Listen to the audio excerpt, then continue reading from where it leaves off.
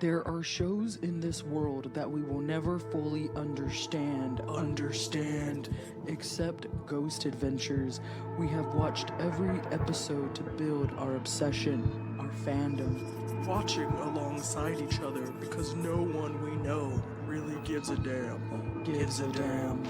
Watching Zach and crew catch groundbreaking proof of the paranormal, inspiring us to explore our own interest in otherworldly phenomena. This is our podcast. We are Paranormal Puntas. You want it? That was good. What was that, bro? I couldn't hear anything. What up? Ladies, do you remember that song? I do, and we've done that before for the intro of this show. Oh my God, have Yeah, we? probably Oh, a few shit. times. And then we've also done, what up, this is Kev. Oh, damn. Well, let's just stick with, hey, everybody, it's me, Leah. And it's me, Bethany. And we're the Paranormal Putas. We are super excited to be here to bring you an installment of our summer series. No, so this episode specifically is kind of interesting because we actually recorded it for our 5th season. So we're going to get to hear what we recorded with Joe or Jay or Joseph, whichever you prefer, of the Paranormal Journal. Really cool guy. We've had the opportunity to talk with him, network with him, seen him a couple times out in San Antonio at Paranormal Fest. Just really cool. He's doing some really cool things, but it was a bummer just because with the way that our recording went last season, we had to move his episode back. But the good news is Joe will be back for season 6. Hell yeah. So this is going to be a fun way to kind of bridge the gap. Yeah. So this is what happened season 5. We're going to bring it to you in the summer. And we're going to actually record with him for season 6 and get a little bit more from him. Oh yeah, it's going to be awesome. So, we hope you enjoy what would have been Paranormal Journal season 5. Yeah, it's like 5.5. Also, I want to apologize. I was kind of feeling low in this one. You can tell in my voice I'm a little sick.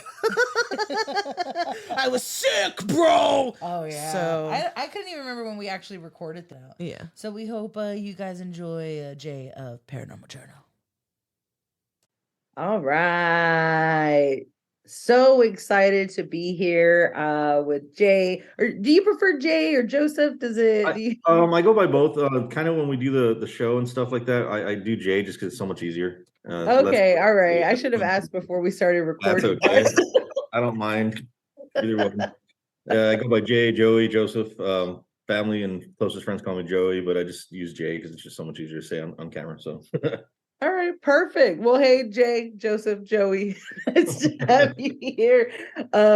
And for those listening, Joseph is really the head of, right, the Paranormal Journal out of San Antonio, Texas. So we're really excited to have you here to share with us your paranormal experiences. So like we kind of told you, if you want to jump right in, we'd love to hear what got you into the paranormal. Yeah, I've been doing it. Well, I took a long break, but I started when I was a young adult, very young in age. I started getting into it. I think just the influences from my family, growing up in a Hispanic household, you hear all the urban legends and all the cool things like that, the stories that your uncles and grandparents always tell you. So that's where I kind of stemmed from it. And then, of course, you have shows like the X-Files and all that back in the day that I used to freaking love, growing up watching Ghostbusters, obviously. But yeah, just all that stuff kind of stemmed into it, and as it became around the age of 14, 15, there was a group here in San Antonio ran by a guy named Martin Leah, a really nice guy. It was called Alamo City Paranormal, I believe it was what it was called, and they were one of the first ones that did tours downtown, and he would take you like to the Alamo and to like by the Manger and all that stuff when the tours weren't too popular back then. And so I did a few with them, and then I actually got to go with them on they filmed for the Ghost Tracks one time, and I actually got to go and be a part of that and stuff. And obviously, that's years later, it's been, debunked and all that good stuff, but it was a lot of fun back then. So anyways, I got into all that, and back then it was different. Like the tools, man, they weren't the way they are now. So like if you wanted to record EVPs, I had like an old cassette player, like the old audio recorders, that was it was audio censored. So like if it heard something, then it would start recording, but it was literally hit play and record, the two little buttons on the tape player, and that was my old EVP recorder. I didn't have like all this cool stuff like they do now. And then I had like some infrared motion detectors that would alarm and chirp sometimes. The thermometers, the laser point thermometer. I think that was really all I had back in the day, and a pen and paper. Learning that far back, and we just do graveyards. The first paranormal experience that I can honestly say that I had, and I don't know if it would be paranormal, but it was really freaky as hell. We did the Chinese graveyard. I don't know if y'all are familiar with the Chinese graveyard over there on Zarzamora Street on the south side. No, oh, you don't know the Chinese graveyard? Oh man, okay. So yeah, the legend has it that there's a woman all in white, and apparently she, she looks like she's a Chinese woman walking in this graveyard, and they've seen this apparition walking. Well, the graveyard's creepy as shit because when you drive up to it, it's on the side of the road in the middle of like kind of going into the countryside. And when you drive by it, if you're not paying attention, it's right on a curve. You'll miss it, and it's literally an old cemetery. Like half the time it's not even kept up, and there's this big white broken cross like just leaned over in front of it. So it's creepy as hell. One road in, one road out. So you drive in, you have to reverse out. It's just one road on the side, and the graves are all on the side. So we used to go back then. Now it's been kind of closed off. You have to kind of get permission to get in there now, but one of the first experiences we had, I took a couple of my friends out there. They were just, excited to go check it out, see how it works. And we went in there, and I remember getting off the truck, and we didn't really have too many lights and stuff. We just had a little handheld camcorder, and we drive in there. We get off the truck, and we're walking around, and I believe, and like I said, orbs are kind of hit and miss. They're very very hit and miss when it comes to orbs. You got to really analyze whether it's dust, dirt. Most of the time, it's like a bug or dust. But I honestly believe at the time. Back then I had caught my first orb on film, and I was like, hey, did y'all see that? Right? And we see the orb trying to fly in on the camera screen, and nobody saw it. It was just me. So I'm like, okay. Well, then right after that, all these freaking dogs started barking. So around this plot, there's really nothing around here but open field in the cemetery back then, just open field, and all these dogs just like barked like crazy. Like it was like there was like 5-10 of them, I guess. I don't know how many it was. And so we're like, holy crap, like there's dogs in here, so we need to run back. And just like at the snap of a finger, they all stopped, like at once.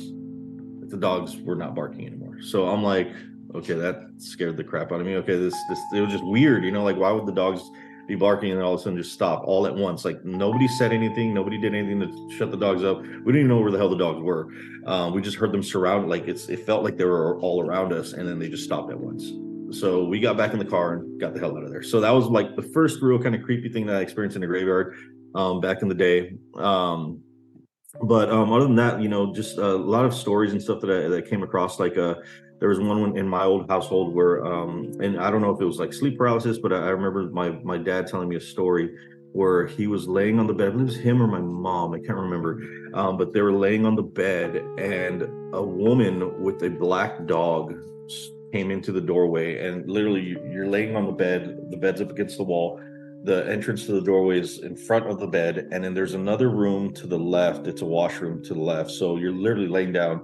And they said that they saw this woman come in with this black dog on a leash and just stare at like I said, I believe it was my mom, staring at her, and then taking a left towards that other room, and then just walking through the door. So that was something that happened in my household a long time ago that really got me interested into, figuring out what was out there and stuff like that. So growing up, I didn't get to experience too many things, like I said, as far as personal wise. Now, getting back into it, I had my family and everything, and my wife was kind of really not interested in getting involved in it just because she, bad vibes. She didn't want to bring any of that around. But during COVID, we were living in our back then our old house, and when we were living there, obviously we were home all the time. We were on lockdown, so we were home every day, sitting on the TV, picking out on junk food, like everybody else was doing, just watching TV all day. And I guess because we were there more often, we started noticing things. We'd hear footsteps upstairs, obviously the classic, footsteps, and it's like our house was pretty old. So any footstep that was on the stairway, on our bedroom, you could clear as day hear somebody walking. So we're sitting on the couch and we'd hear that, and then I'd look over, I see my dog, which is a big shepherd, and obviously it wasn't him because he could make the noise too, but it wasn't him. My two girls are on the couch and my wife's right next to me. I'm like, shit. So of course I go and we're thinking somebody's in the house. So, I go up there, check it out, nothing. I clear every closet, every room, nothing. And little by little, we started hearing that more and more. We'd hear it on the steps. We'd hear it, throughout the day. At one point, my wife actually was opening up the pantry and heard somebody whisper into her ear. So it was, I finally told her, it got to the point where I was like, look, let me buy some material. We got some of this COVID money coming in. I was like, let me buy some new gear. I was like, there's a lot of new gear out there. I haven't even got to experiment with it yet. It's advanced, big time when it comes to paranormal investigations. There's a lot of cool stuff out there. And she was like, fine. She gave in. She was fine. Dude, do it. Buy some stuff and let's see if we can catch anything here in the house. I was like, okay, cool. So sure enough, one night we were in the garage, working on the garage and stuff. And I had already bought a new Sony EVP recorder and everything. And she's like, something's happening. The sensor in the garage is going off. It's weird. Like you need to come down here. So I go down there, let's do an EVP session. This is her first time doing it. Let's check this out. So I explained to her, I was like, you do not speak. You do not say anything. I was like, I'm going to ask questions, stay completely quiet. We got to make sure that we protect, the experiment itself, and making sure that nothing can be mistaken other than what we record and get on the audio track. So we're sitting down there. We had a little couch down there in the garage, and we sit there, and I start asking some questions, and I'm like, hey, are you the one messing with the sensor? Are you the one making the sensor go off on the garage door? And we didn't hear anything, obviously. We spent some time down there. Like, okay, cool. So then we come back upstairs. I plug the card into my computer and put it into the audio system, and we start listening. And literally after I said, are you the one messing with the sensor? You just hear, it sounds like a woman's voice say, hit something. And we're like, holy shit. And my wife, we both like turning like literally holy shit on our faces. And I was like, we fucking got something. I was like, dude, there's something here. Like, this is amazing. So she's like, I'm going to bed. Good night. She took off. She went upstairs, and I'm like, dude. So I'm like, I'm going back down there. And I didn't get anything after that again. But if you want to listen to that, it's on our YouTube channel. We don't have we have clips and things like that on YouTube, since we're not allowed to put full episodes of our show on YouTube. But we do have some clips there, and that one is one of the first ones we posted, if not the first one I think that we posted when we started up with this thing. But if you go to our channel and listen to it, that EVP is on there clear as day. It's creepy as shit. Like, it's amazing. So it's really cool. So that was one of the first EVPs that we got coming back into it in 2020. So I decided, I was like, hey, you know what? Well, we were filming for another thing that I was doing in other projects. I was doing film and stuff like that. So we were doing this show called Fermentation Sessions, where we go around to different breweries and have musicians play and talk to the breweries. But we weren't doing that at the time because of COVID. I was like, you know what? I'm buying all this equipment. I'm getting back to the paranormal thing. I have my wife's blessing to do this again, and she wanted to kind of take part in it now. I was like, oh man. So I called up my brother Dan from Hasta La Muerte Chronicles. I was like, hey, dude, so we're getting back into this. And Dan has always been a big influence and supporter of me. So, and he has, I'm sure, I was listening to the episode, the clips that you're putting, he has a shit ton of stories. He's been through so much crap and stuff that I'm like, dude, there's no way that happened. Like, half the time I'm like, dude, no way. But so I called him up and I'm like, hey, this is what I'm doing. He's like, no shit. He's like, well, I'm doing this. All right, well, let's get together. Let's get this going again. So he basically, I have him as my case manager because he is a historian buff. Like, he can look up the history of any place that we need to go to. And so he helps us find our locations and stuff like that. So when we did our first episode, we did the Gunter Hotel downtown. And that place was wild and an amazing hotel. They are so cooperative when it comes to like just letting us explore and do some cool things like that. So that was our next venture, what we did together, and that place was wild. Did he talk to y'all about the Gunter? No, No, he didn't. No? He Okay. told us about the flying tortillas, but not about Dude, I don't know if it was flying tortillas or somebody else was flying high. I don't know. So yeah, the flying tortilla story is crazy. But okay, so the Gunter was really cool. So I don't know if y'all know about the room 636, which used to be 620 back in the day. There was a brutal murder that happened in the Gunter Hotel. And the only reason they know it was a murder was because there's pieces of body left there. There was enough blood to know that a murder did happen. The thing is, they never had a body for it. So that's one of the only crimes in San Antonio where they know a murder happened, but no body found. So what happened was there's a gentleman named Walter Emmerich who ended up checking into the hotel. He specifically asked for room 636. So when he checked into the room, they know that he checked in with a woman in a red dress. When they checked into the hotel, they were there for a few days. Well, around checkout time, a housemaid came around and she ended up opening up the door. When she opened up the door, she saw Walter Emmerich standing there with a box full of bloody sheets and blood and all this other crap. The room was just covered in blood, covered. And he just looks at her and he holds up his finger to his mouth and looks at her and says, shh. She flips out, takes off running, So once he sees that, he gets his box, he goes out a fire escape and goes down and then leaves. They lost track of him.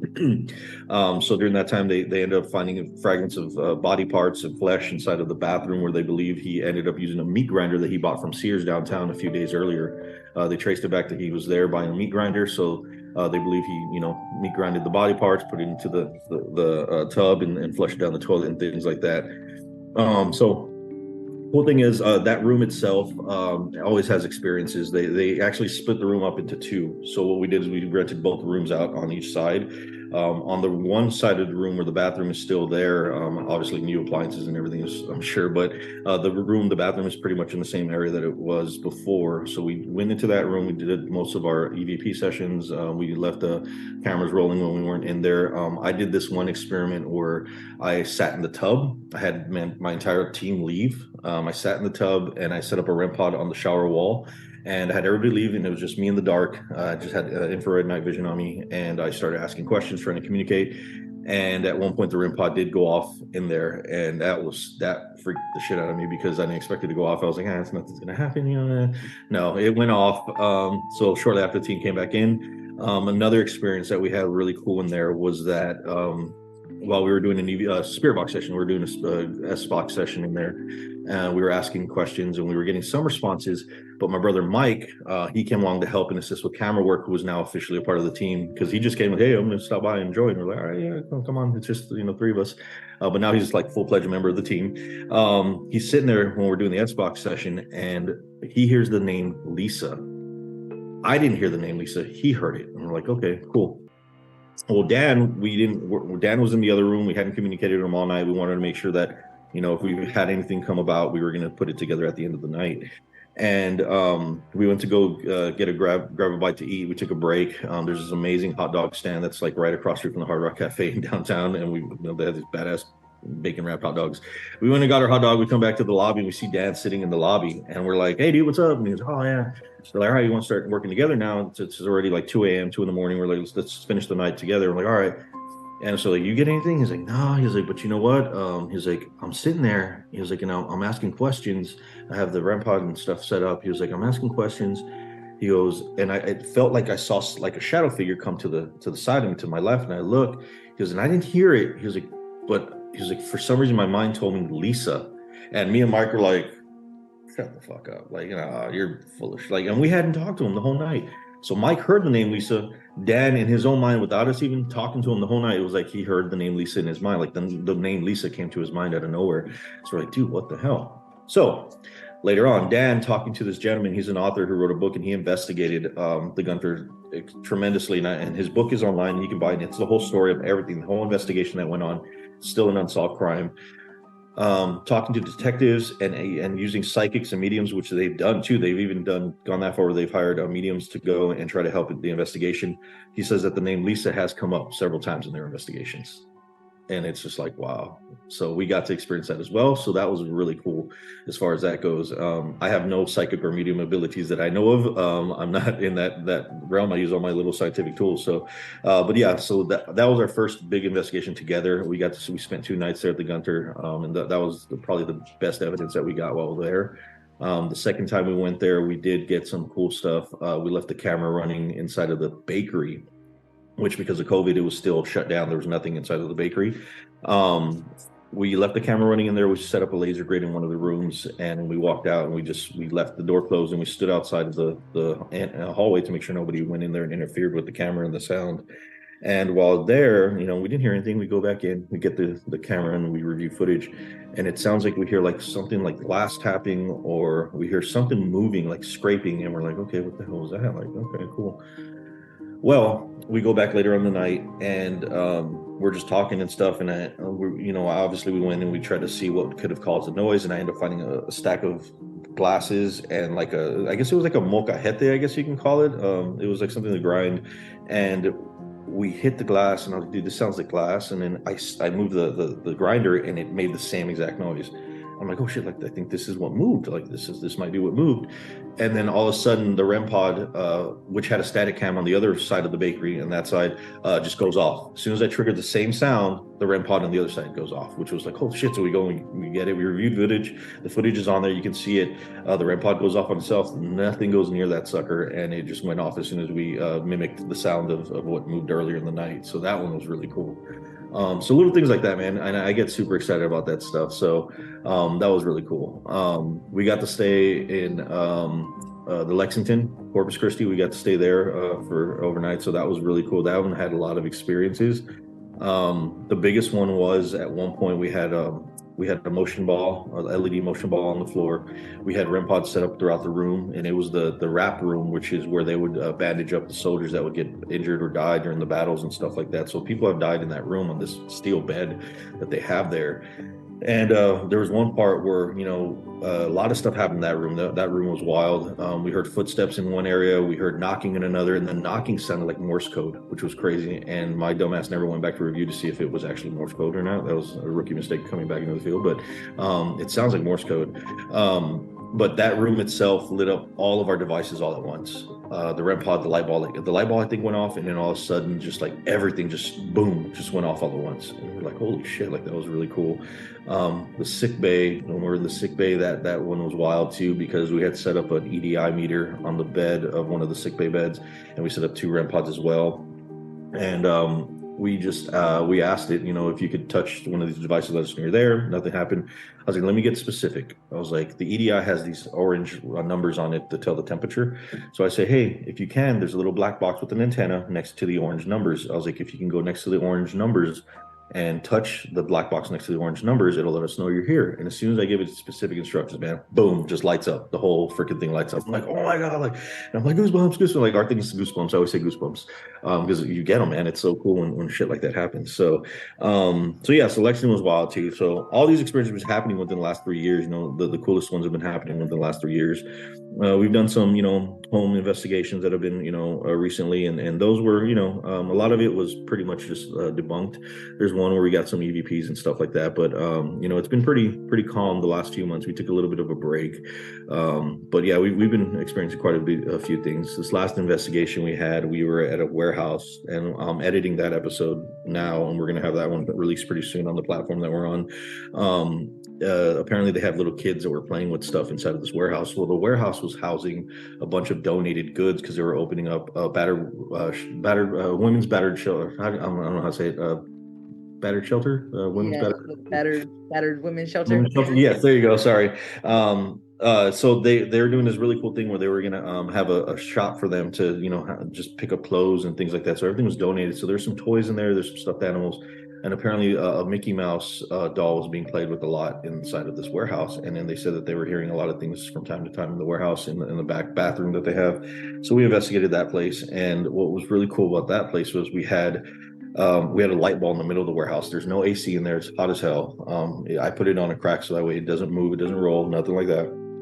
And we hear the door kind of move inside of the restroom in the back, and the door is just a shift made door that's made of plywood or particle board, and we heard it like kind of move and close. So we're like, okay, let's go check that. So we set up some stuff in there. I'm doing all these experiments, SBOX session, EVP session, nothing. We're not getting anything. So I'm like, all right, so maybe we'll just call it a night.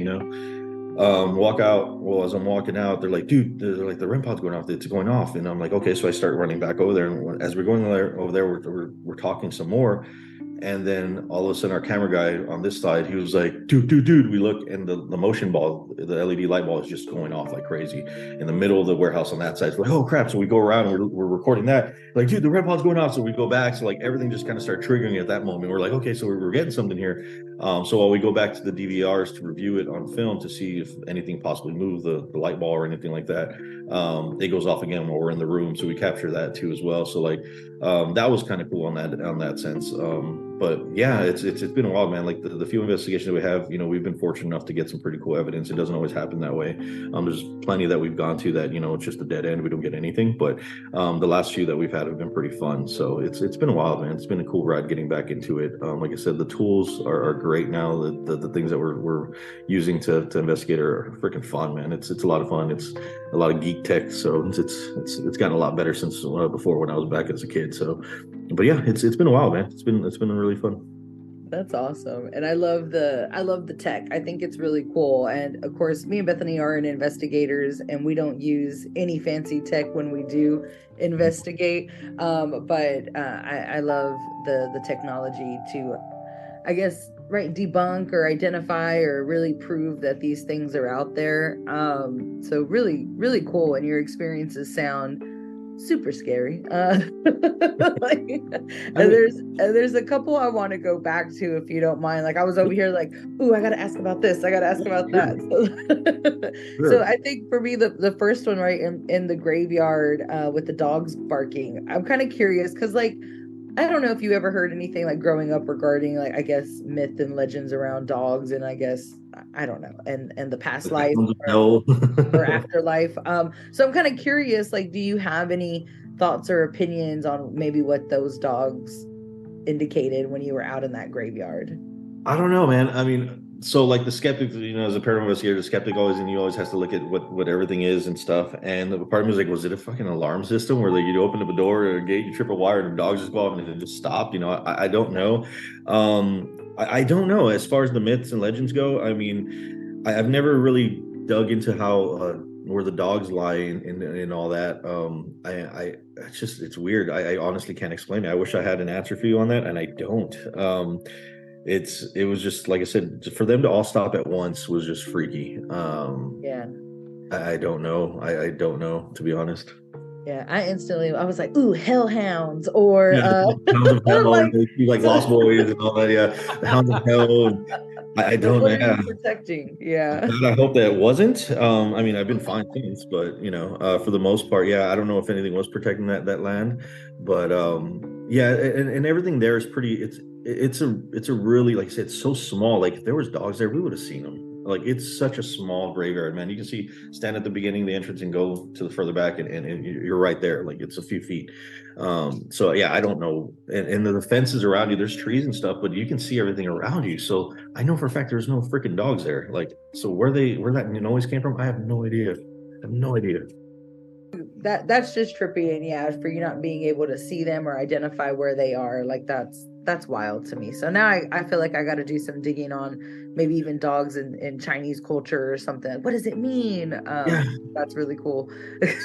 Well, so just my wife, she's awesome. My wife is also part of the team. She's missed a few of the last investigations. She kind of threw me a hint right now and reminded me about something. So we also investigated the Presidio La Bahia, which is in Goliad, Texas. It's a mission. It's where Colonel Fannon's men were massacred and executed before they could reach the Alamo. They were on their way to help the Alamo, and they brought all of his men. Half of them were in the church, the other half they marched to a river and then just executed, and then the other one they executed in the courtyard. So all these men were massacred inside of this mission. So we got to stay there, and we stayed there overnight. And the cool thing about this one is when we were there, not a lot happened. And I remember using the SLS there because the SLS, it's a hit and miss too. Like, it maps out a lot of things that aren't really there. I'm very careful on where I use it, just because I want to use it in open spaces where it's not going to think something is mapping when it's really not. Like when you go to the graveyard and you map a tombstone that looks like an angel or something, it's obviously going to map that. If you put it in front of the tombstone, it maps the tombstone. It looks like a body. So you got to be real careful on where you point it. Well, the mission itself is just open grounds. It's just open land. So I was like, dude, this would be great. Like, imagine fucking walking with this thing, and then all of a sudden you just see a figure standing right in front of you in the open field. Like, fuck, like that'll be amazing. We can capture that. But we didn't. But the cool thing that we did experience, we were walking around. We went to the cannon area, and while we were there, I was like, you know what? My wife, she speaks very fluent Spanish, and none of us, and me and my team don't. So I was like, dude, well, this was also a Mexican fort as well. Mexican soldiers were here, Indians were here. It was here in Mexico before, the Texans took it over. So I was like, let's start asking questions in Spanish. And I was like, I'll have my wife translate. So while we're there, when she starts translating, this is where the dogs come in. bunch of dogs started barking. Now, keep in mind, there are some like land and houses kind of in the distance, but the dogs just started barking during that time frame. But while my wife was translating for us, she just looks at me. She's like, "What?" And she just stopped. I'm like, "What's going on?" And she was like, "I can't do it anymore." I was like, "What's the matter?" And she was like, I feel sick." She was like, "I feel like I'm gonna throw up." And I was like, "You sure?" And she was, "Yeah, like I don't feel good." Like a few minutes after she started translating. So we're like, "All right." So we actually had her go back into the quarters, lay down. She ended up not like her energy was spent, like she was gone. She knocked out for the whole night. But remember, like dogs did bark during that same time frame too. And then they were pretty quiet the whole night. But when she got sick, that happened. That was kind of an interesting thing thinking about that. But her getting sick was just the weird part. And then she also stated that while in the quarters, there's a desk and chair, old wooden desk and chair there. She heard that ended up getting moved too. Like she heard the chair like slide over. So we set up a camera in there, all creepy while she was sleeping. We set up a camera on her while she was sleeping to see if we could capture anything during that moment. And we set up a motion ball in there too. Nothing happened other than her hearing the chair herself and her getting sick. So that was a cool little experience too with some dogs barking and crap like that. So yeah, that was probably the biggest piece of I don't know if it was evidence, but could just coincidental that she would get sick while translating for the Mexican army and trying to get some responses from someone in that area. So that was a cool one too. Just staying there overnight in that mission was badass. And anybody can do it. So if you ever get the urge to go out there, it's really cool. It's a beautiful mission in the middle of nowhere. But yeah, you can stay there. You can walk the whole grounds, everything. So it's really cool. That's really cool.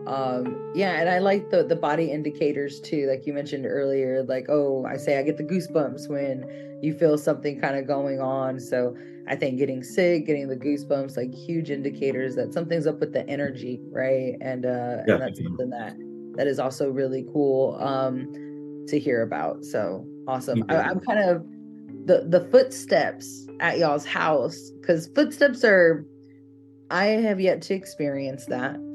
And they freak me out the most. Like anytime I see anything or someone says they heard footsteps, I'm kind of curious, did that continue? Is that something that just y'all got used to, or did y'all ever find out what happened or who was going up them steps?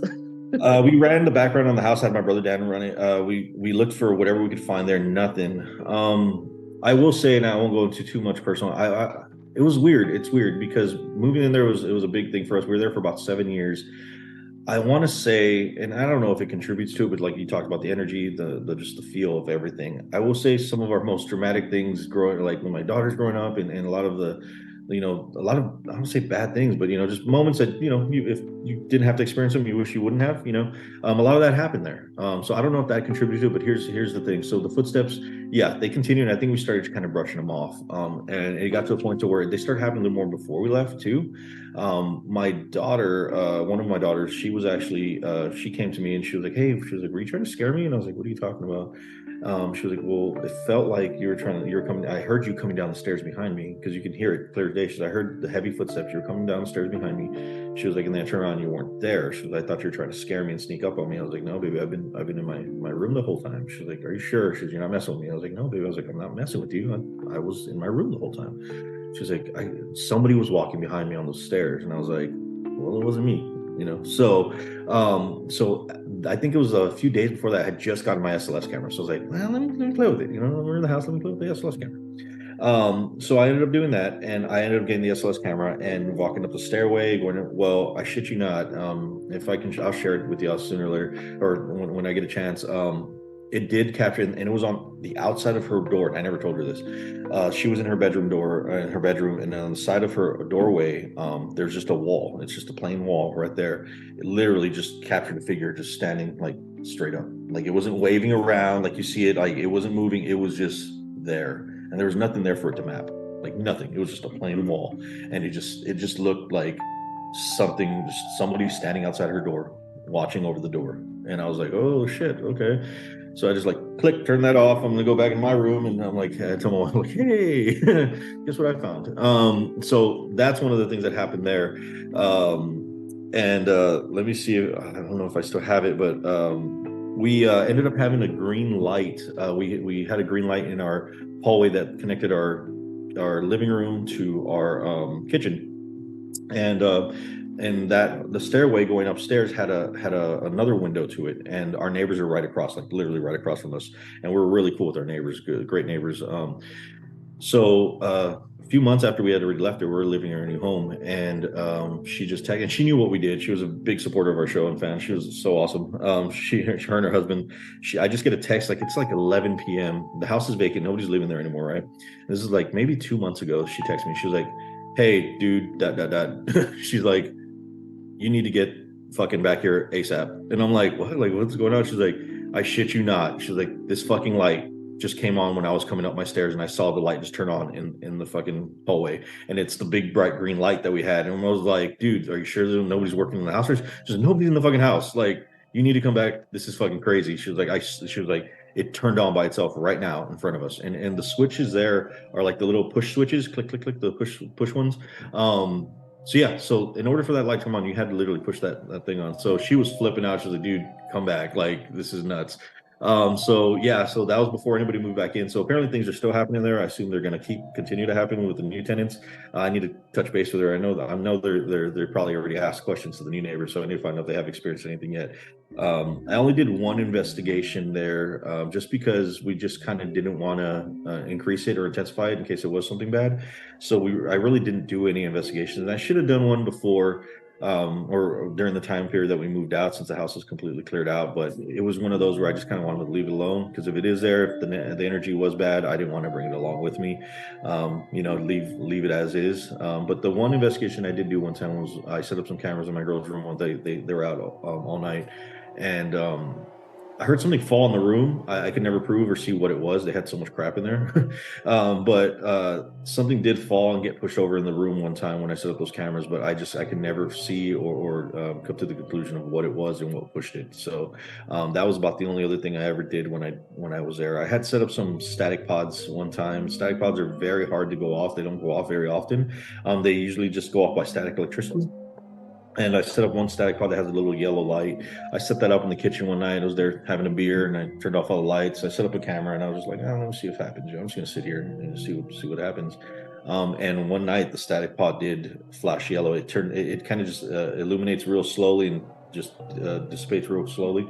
And the static pod came on real slow and then came right off. And I was like, "Oh shit! Like that's never gone off." And to this day, it still hasn't. I've used it multiple times. It never goes off. I was like, "The static pod just went off on the fucking counter." Like, holy shit! So I was excited about that. But yeah, I kept it to a minimal just because I know my wife didn't want us, bringing and inviting anything bad, and more so into the house. So it was real minimal. And I agree. I don't want to do too much in where we live and stuff like that. So thought about turning my new shed, if I ever get some haunted items that I can remove from some locations, turning my new shed outside into a little, Ed and Lorraine Warren freaking museum for myself. But I haven't done that yet. I thought of making it a creepy little man cave cigar lounge with all these haunted objects, but we'll see. I'm sure my wife would approve. So you can't bring them in the house, but they could be in the garage. Hey.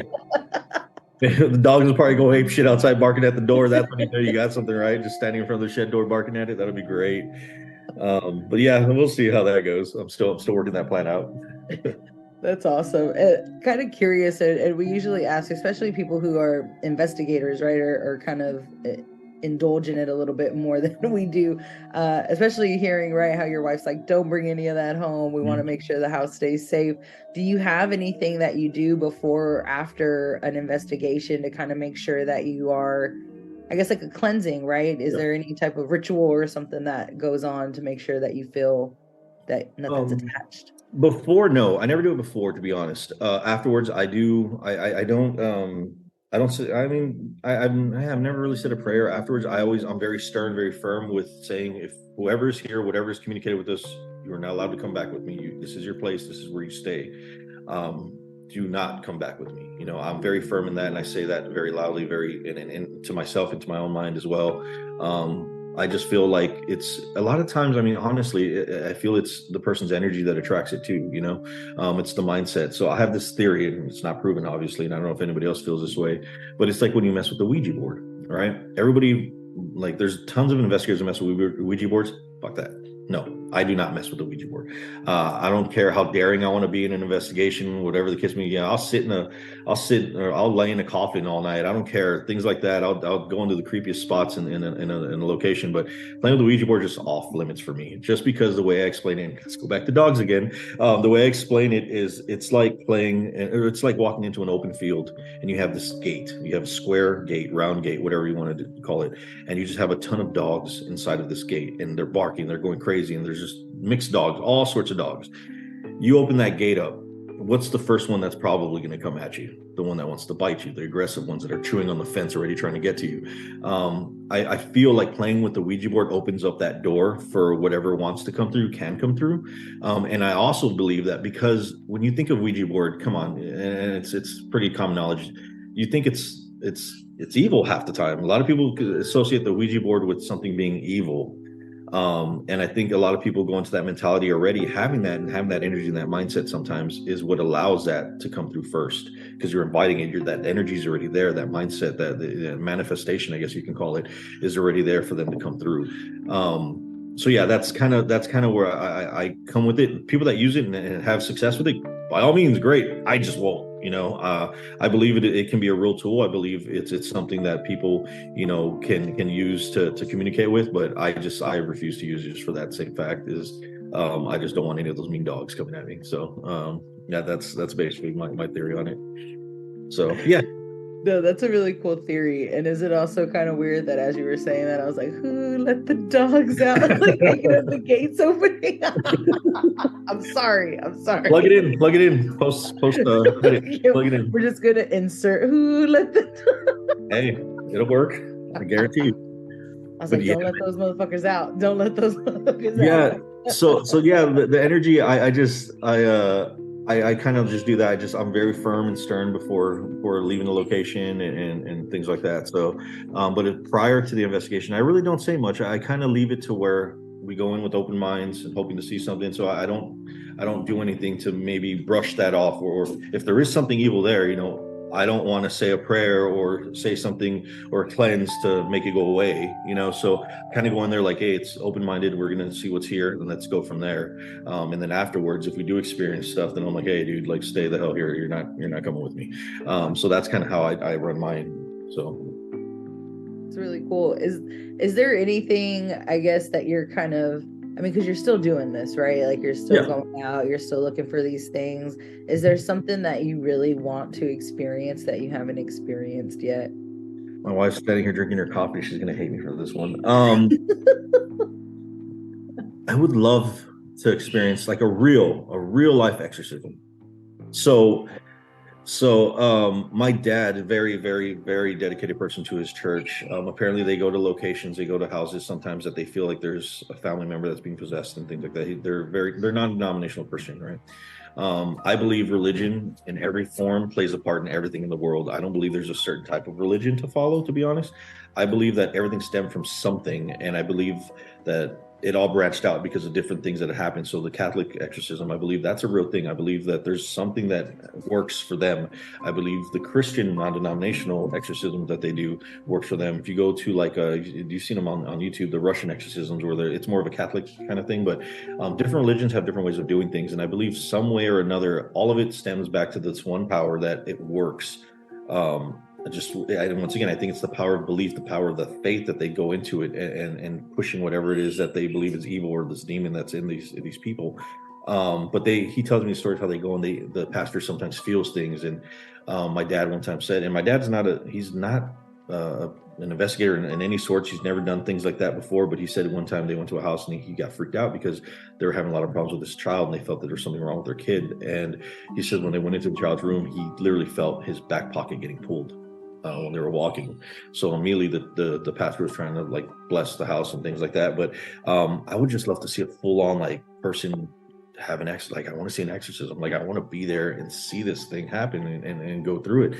I want to learn, because like demonology isn't an actual I guess course, other than like in the Vatican and things like that. If you're a priest and they do that. So yeah, I just want to see that through. I want to see something like that happen in person and learn and kind of go through that. I would love to go through kind of work and see what goes into it and what they do, how they do, because I've never actually seen one. So yeah, that's kind of a bucket list thing that I'd love to do. So Yeah, I'm sure for the misses, yeah, don't let them do that. Don't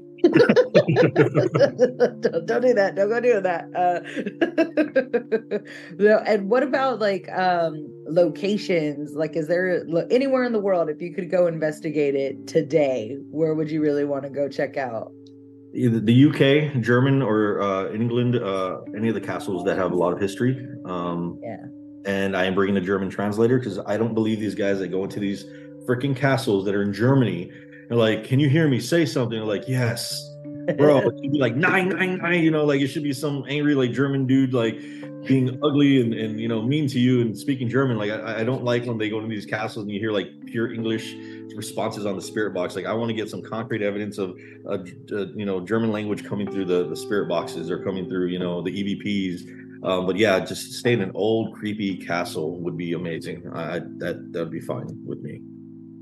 That would be really cool. Yeah, no, I can agree with that. Heck yeah, man.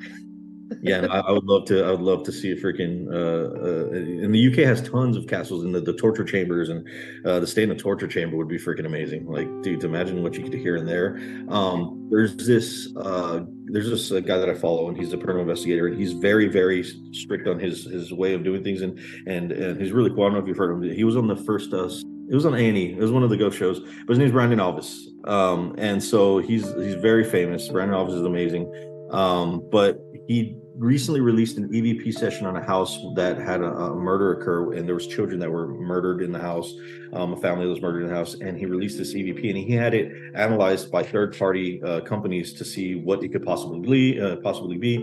They could not debunk it for any reason. They couldn't match the audio to anything else, and it's literally you hear children screaming and crying like clear as day. Screaming and crying. I just feel like some of the torture chambers, you could probably pick up some of that stuff. I'd love to hear some of that. And I mean, not like love is like, oh man, it's so good, but no, it's horrible. It's a horrible thing that happened to people, but just to pick up that kind of evidence would be amazing. So yeah, I really hope I can do that someday. I have tons of family in Germany. My uncle and my cousins all live in there, and they're always inviting me out. But one plane ticket will put me in debt for like the next 2 years. It's insane. So I have a place to stay when I'm over there. I just need to find a way to get there. So yeah, that'd be my bucket list. I recently scratched one off. We went to Boston, but it was for my girl's graduation. We went to Boston and we got to take a trip for the day in Salem, which was awesome. That town is beautiful. The history is amazing. They're very, very, very protective of their land, though. So like where they had the memorial of the people that were burned, hung, stoned during the witch trials. They have a memorial, and then one of the oldest cemeteries is right there next to it. But they're very like, stay on the path, don't do this, don't do that. So I had taken some of my tools, which if anybody ever tries to, just know that you can take REM pods, you can take EVP recorders, you can take whatever you want on the plane. They don't question you, just make sure the batteries are out. I thought I was gonna have a lot of trouble with that, but TSA didn't give two craps. I had all these devices in there that I would have been like, what the hell is this? But yeah, I got no hassle from them. So it was really easy to take equipment with us over there. But like I said, unfortunately, I didn't get to do too many things over there. The Boston downtown cemeteries are amazing too. Beautiful, beautiful cemeteries. I wish I could have stayed. There was one across from our hotel, but it was just a really busy nightlife where we were staying at. So I didn't get to really do too many things there too. I wanted to do some EVP sessions in the cemetery, but huge, beautiful cemeteries down there. So if you ever get a chance to go to Boston, check those out. And Salem is literally 30 minutes away. You can take one train in, one train back, quick and easy. So visit both towns if you ever get the chance, because it's awesome over there. Were you asking a question, Bethany? No, I didn't have a question, but I had to look up this quote because you keep coming back to what I think this quote kind of like encapsulates. You talk about going into something with energy, like the Ouija board, and you've talked about kind of wanting to prove things with your scientific tools and all of that. And I always come back to laws of physics and things like that. And I had to find it because it kept popping up in my mind. It's a quote from Albert Einstein, and it says, Yes, I live by it. I know which one you're going with. Go for it. "Everything is energy, and that's all there is to it. Match the frequency of the reality you want, and you cannot help but get that reality. It can be no other way. That is not philosophy. That is physics. You know, I hear that in a lot of what you're saying. And whenever me and Leah talk to people, like when we're interviewed, we come back to that kind of idea as well. Yeah, I love Einstein's thought process on it, because he did believe that there was something there, because he even said energy is constant. It doesn't go away. It just changes. Your energy changes form. And the body, when you pass away, the body instantly loses, I think it's like 0.8, I forgot, it's like 0.8 something pounds, or some of your body weight leaves, and they have not been able to conclude what it is. It's not water weight. It's not your breath, your lungs. They cannot conclude where this weight goes to. And obviously something, and whether it be your energy, your soul, something leaves your body when you pass away. Where the hell does it go? Where is it? Does it just stay stuck in limbo? Is that what we're experiencing when it comes to spirits, when it comes to ghosts? Ghosts, spirits, I believe, are sometimes two different things. Spirits sometimes don't manifest from the human body. Sometimes they're otherworldly, other supernatural, from the other side. But ghosts themselves, to tell me that they don't exist, man, there's just too much evidence out there. Too many people have seen it to happen. Yes, a lot of it, maybe 80% of that maybe is mental health. Who knows? But don't tell me that 100% of it is that. There's something out there. Who are you gonna call? But yeah, so like it's one of those where it just, yeah, there has to be something other than what we see. Children are so receptive to the things that we don't see, because their minds are so open. They're so open to everything. They don't have the worries and the thoughts and everything that we see from day to day as adults. As we grow older, we have more worries, more anxiety, more things that happen to us in the day.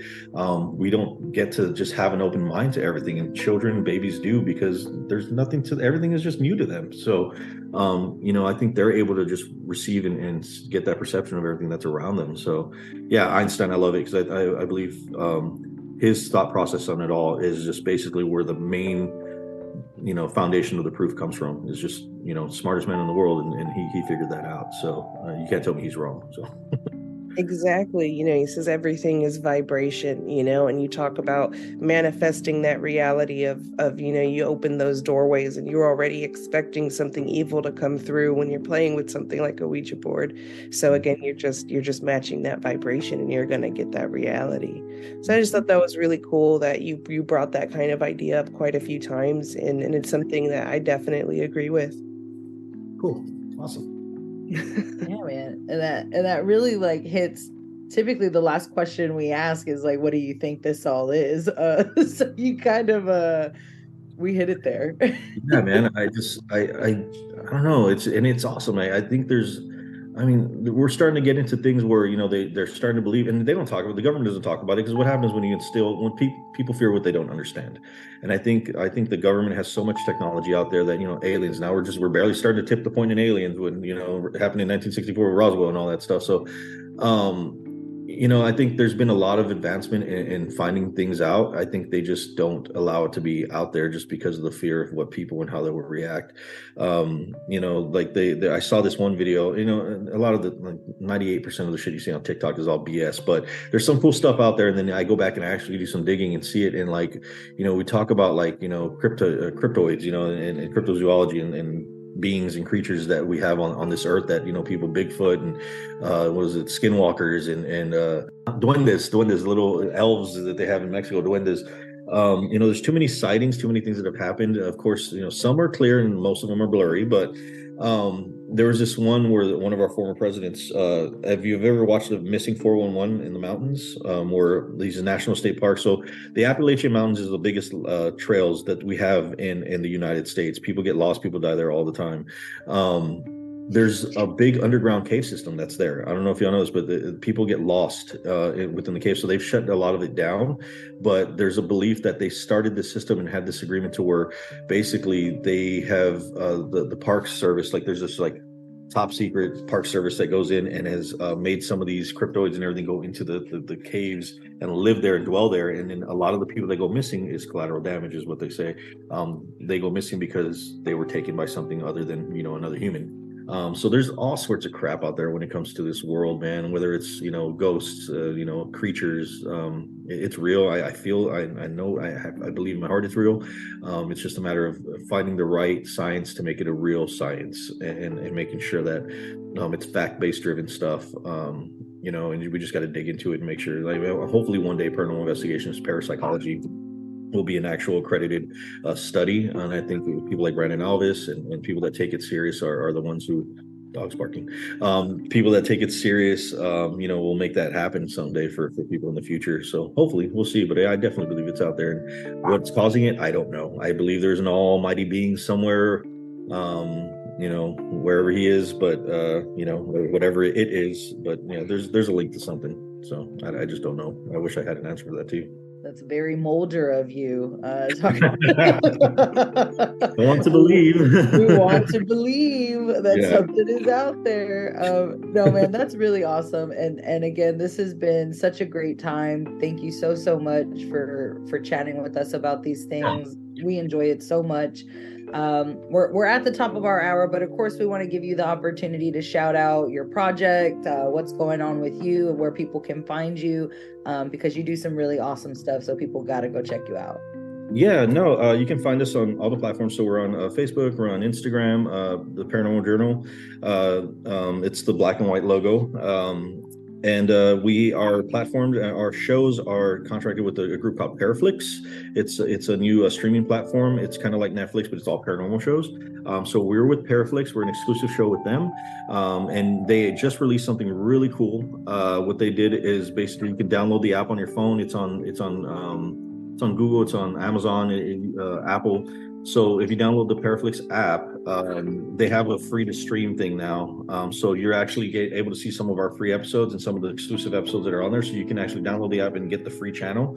And then there's also a 3 free day trial that you can sign up for and see all the stuff that's on there. So it's a really cool platform, and it's growing bigger and bigger every year. So that's where we're at. That's where you can see our shows. But YouTube has clips. We have a lot of our clips on Instagram. Come check us out there. We take all our DMs and all that for investigations and things like that from there as well. So we're all over the place. You can find us just the Paranormal Journal. If you want to get a hold of us through email, it's the Paranormal Journal Show @gmail.com. So yeah, we haven't launched a website or anything yet, but I think with social media, it's kind of pointless. Everybody gets a hold of us through there either way. So, but yeah, that's where you can find us. No, awesome. Thank you so much again. This was fantastic. And we know everybody's going to enjoy this. So thank you so much for sharing with us. Of course. Thank you for having me, man. Oh, it's a blast. Heck yeah, man. Woo woo. Oh man, what a good time.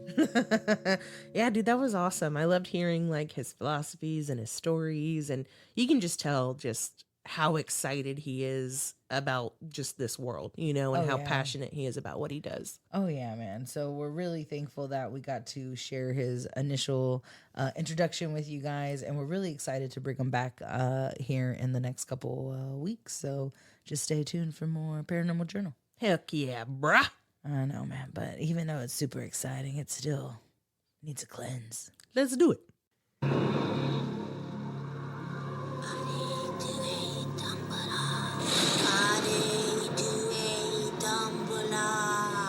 Give me the power, I beg of you.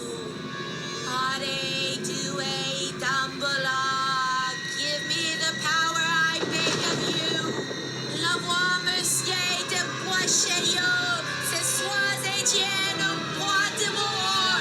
Hare Due Dumbledore. Wake. Take a big deep breath in. Release that baby out.